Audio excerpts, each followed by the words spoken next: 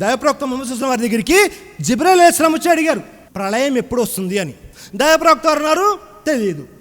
పోనీ ప్రళయం యొక్క సూచనలు అనేక చెప్పారు. అందులో ఒక విషయం ఏమన్నారు తెలుసా? బుఖారీ యొక్క హదీస్, అబూ హురైరా వారి కథనం, అంతలదిల్ అమతు రబ్బహా. అల్లాహు అక్బర్.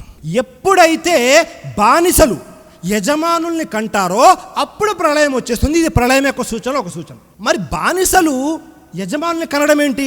ఈ హదీస్ యొక్క వివరణలో అనేక మంది అనేక విషయాలు తెలియజేశారు.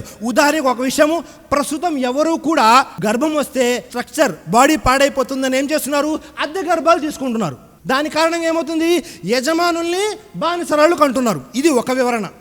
రెండో వివరణ ఏమిటి అంటే, తల్లిదండ్రుల్లో తల్లికి బాగా విధేయత చూపేవారు ఎవరు అంటే కుమార్తెలు పూర్తిగా తల్లికి విధేయత చూపిస్తారు.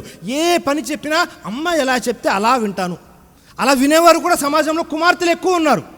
కానీ ప్రళయానికి ముందే ఏమైపోతుంది? ఈ కుమార్తె తల్లితో ఎలా వ్యవహరిస్తుంది అంటే, తిను యజమానిలాగా వ్యవహరిస్తుంది.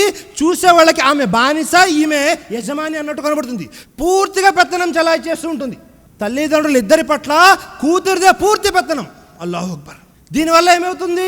ప్రళయం యొక్క సూచన ఇది. తల్లిదండ్రుల పట్ల అవిధేయత చూపడము, మరీ ముఖ్యంగా కుమార్తెలు ఎవరైతే ఉన్నారో వారి తల్లిదండ్రుల పట్ల వ్యవహరించే తీరు ఈ విధంగా ఉంటుంది. అల్లాహు అక్బర్. మనం ఇప్పుడు సమాజంలో చూస్తున్నాము, అనేక రకాలుగా ఫోన్ కాల్స్ వస్తూ ఉన్నాయి. అదేమిటి అంటే, ఇదే మా అమ్మాయి ఇలా అయిపోయింది, మా అబ్బాయి ఇలా అయిపోయారు, మా అమ్మాయి మా మాట వినటం లేదు, రకరకాలు.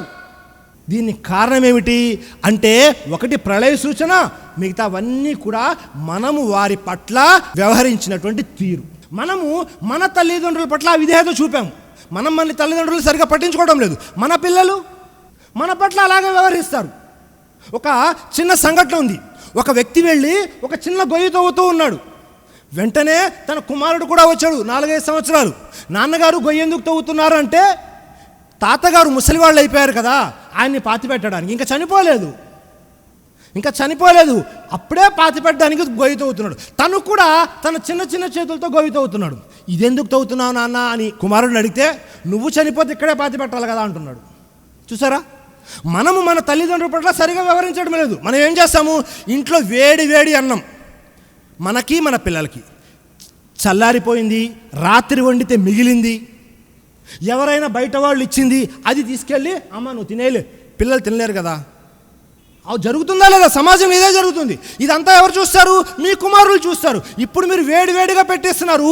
మీరు ముసలివాళ్ళు అయిన తర్వాత మీరు మీ తల్లిదండ్రులతో ఎలా అయితే వ్యవహరించారో వారు అలాగే వ్యవహరిస్తారు. ఎండాకాలం వచ్చింది కదా, మామిడికాయలు తీసుకొచ్చాను, లోపల పెట్టే ఫ్రిడ్జ్లో, అమ్మకు చూపిస్తే అడుగుతుంది. ఇవంతా ఎవరు వింటుంటారు? పిల్లలు వింటూ ఉంటారు.